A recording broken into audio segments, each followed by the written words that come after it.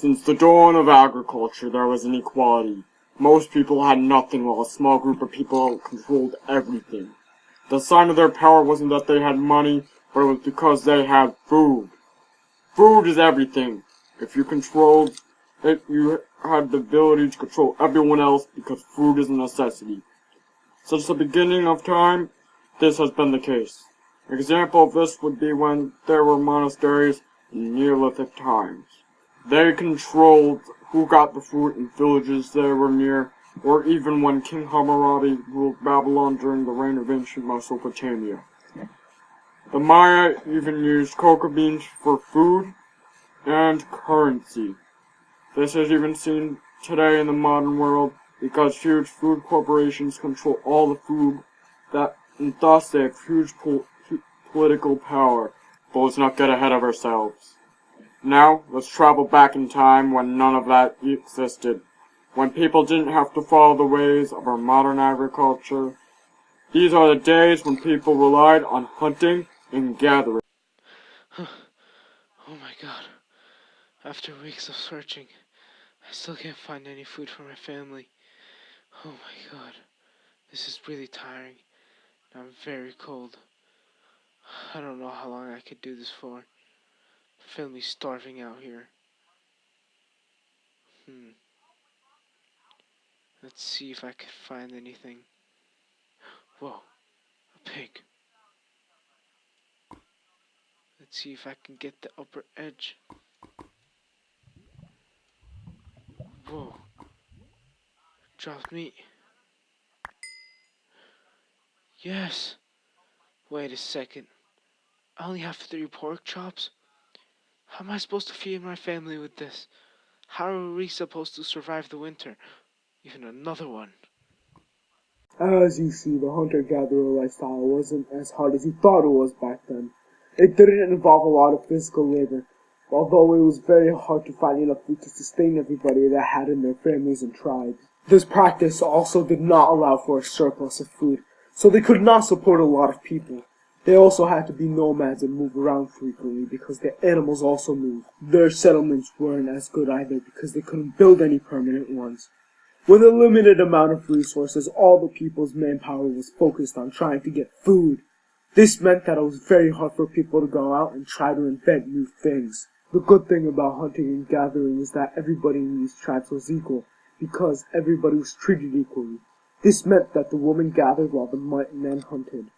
This all changed once people figured out how to nurture and grow plants, and also domesticate animals for their own use. Since the people now had agriculture, they had a stable source of food, and thus the population started to rise higher. The people were then trying to invent new things, and more professions were being made. In return, the farmers would then trade the new produce for food. People were also very picky with what animals they domesticated because they needed to be large enough, have more uses than meat, not be violent, and they needed to have an easy diet. Obviously, if you're doing agriculture, you have to stay in the same place. And so the people had to stay near those places, and soon enough, cities were made. A clear example of this happened in the Fertile Crescent in the city of Ayoubi, where everyone lived and relied on the agricultural system. A nice day as a blacksmith. Oh well, let me make a couple of tools so I can bring it to the farmer. Whoa, I'm done. Now, let's go take this to the farmer. What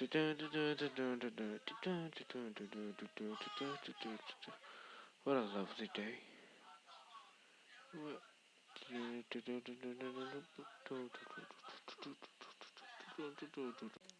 Hello, blacksmith. If you want, I could trade you for some of my stuff here.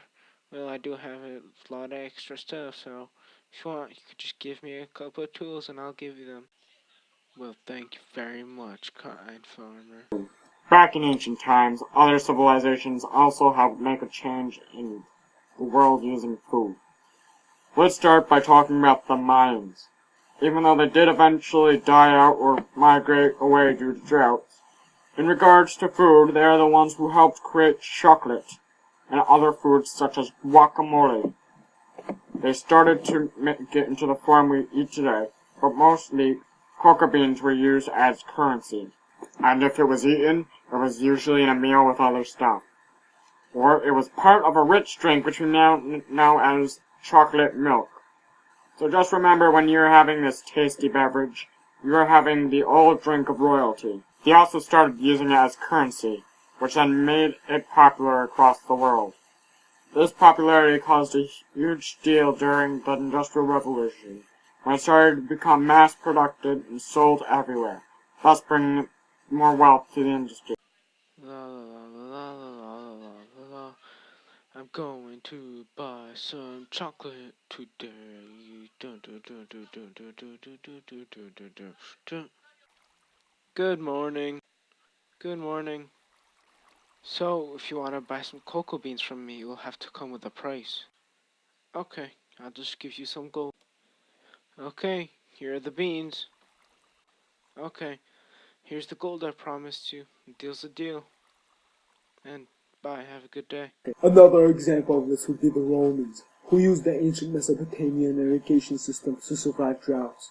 They have made a huge contribution to the modern world because they invented the aqueducts. This allowed the people to transport the water where they needed it. For the first time, people could build cities wherever they wanted because they could transport the water to the plants. This allowed for the Romans to start spreading their cities and becoming more powerful. Once they began to conquer more places, they started to expand the land and bring even more produce through agriculture, which gave the Romans a huge trading advantage. Examples like this have also been found in Rhode Island, because most of the food that are in Rhode Island have Native American roots. Most of the lobster dishes were learned from the Native Americans, as were most cranberry dishes, because only when people started to bring in their own firearms did they really invent their own meals. No way, these are all causes for a problem we face, and that is global food inequality. How did food inequality happen? How did it come to the point about 15% of the world is under-malnourished, and the other 30% of the people are overnourished? Most people would argue that this uneven change happened because people lived in different climates, so that people needed to adapt to survive, whereas some people had too much free time. Another popular one would be that the Englishmen made guns and steel to conquer other places for their resources. In reality, that was a secondary reason. The reason this change happened was because of geological rock. It is pretty simple. It states that the people were more advanced because they were on the same axis. This allowed for food to be transported easier, and thus there was food security everywhere. And when there was food security everywhere, people weren't trying to invent new things, and thus they were able to conquer other places. They were able to transport food easily across the axis because it had the same day lengths. It also had the same climate, thus they didn't have to accommodate for the differences. Another advantage they had was that they had a lot of land, so they didn't really have to deal with the ocean. They also had 99% of the domesticable animals, so nobody else was able to have all those resources, which is why they were so less powerful. Food inequality doesn't just impact people in a biological way, but it impacts them financially. The industry mass produces things so that they have much of this produce. This means that they can sell produce at a very small rate. This would put out all the local farmers and producers out of business because nobody wants to buy more expensive things. This makes many farmers leave the countryside to join the city, thus making the environmental impact even larger on society. And that gives even more land for the industry to build over and make the problem even worse. Now that we know why we have food inequality in its forms, what can we do to end it? Although there are many ways you could try to help end food inequality. The first thing you could try to do is to sign local petitions and make the government realize this problem, to make regulations to help send food across the country and your city. You could also try to buy food from local organic farms to help support them. This will also make you healthier mentally and physically. If you shop at local food stores, then you'll be able to increase their popularity, and thus, when they are everywhere, the prices will start going down, and everybody, no matter what their financial situation is, will be able to afford this. If you want to help, but you don't think that your voice will mean anything, just remember, the last 100 billion people who died have made a difference, so you can too. And maybe, if everyone works together, there will be a day where not a single person will die of hunger.